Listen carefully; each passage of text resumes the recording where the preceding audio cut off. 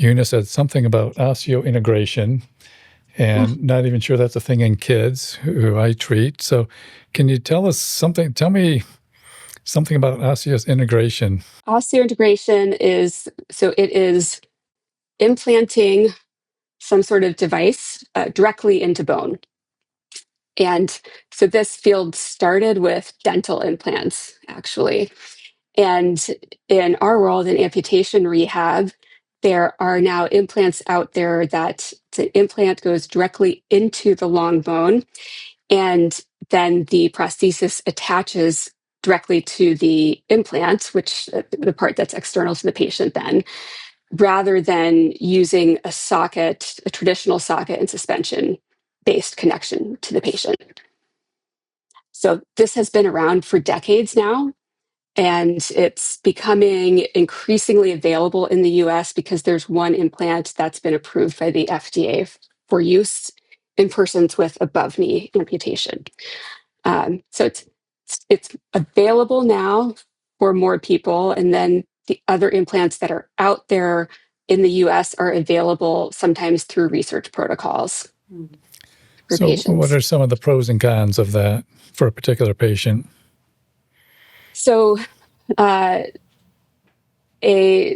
pros, the reasons to think about it, the clinical indication is if you have a patient who hasn't been able to use a socket-based prosthesis at all, or it's been really problematic because of socket suspension challenges. So maybe because of the characteristics of their residual limb, the due to the morphology of the limb, or say really rapid or severe limb volume fluctuations. Maybe they haven't been able to achieve good socket fit consistently or secure suspension consistently. If you get rid of that socket suspension part of the equation and the prosthesis is just directly attached to the bone, then you don't have to worry about, has my limb changed shape this morning? Is my leg going to fall off if I run, or if I've been sitting for a while and stand up? So it's really great potential for patients with that sort of problem.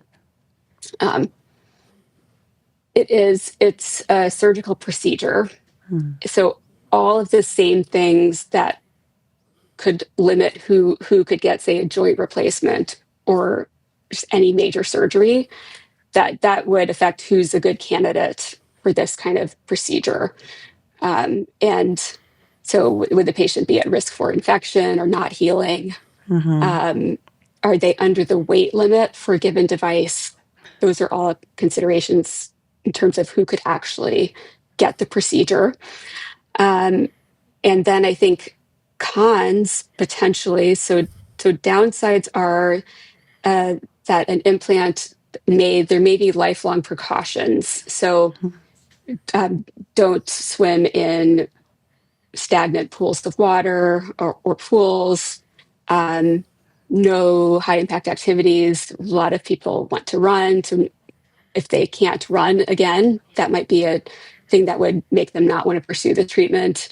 Having to avoid activities with a lot of torsion is another potential lifelong precaution. Essentially, osseointegration is creating an open wound, a chronic open wound. So there's daily maintenance that a patient has to do to prevent complications.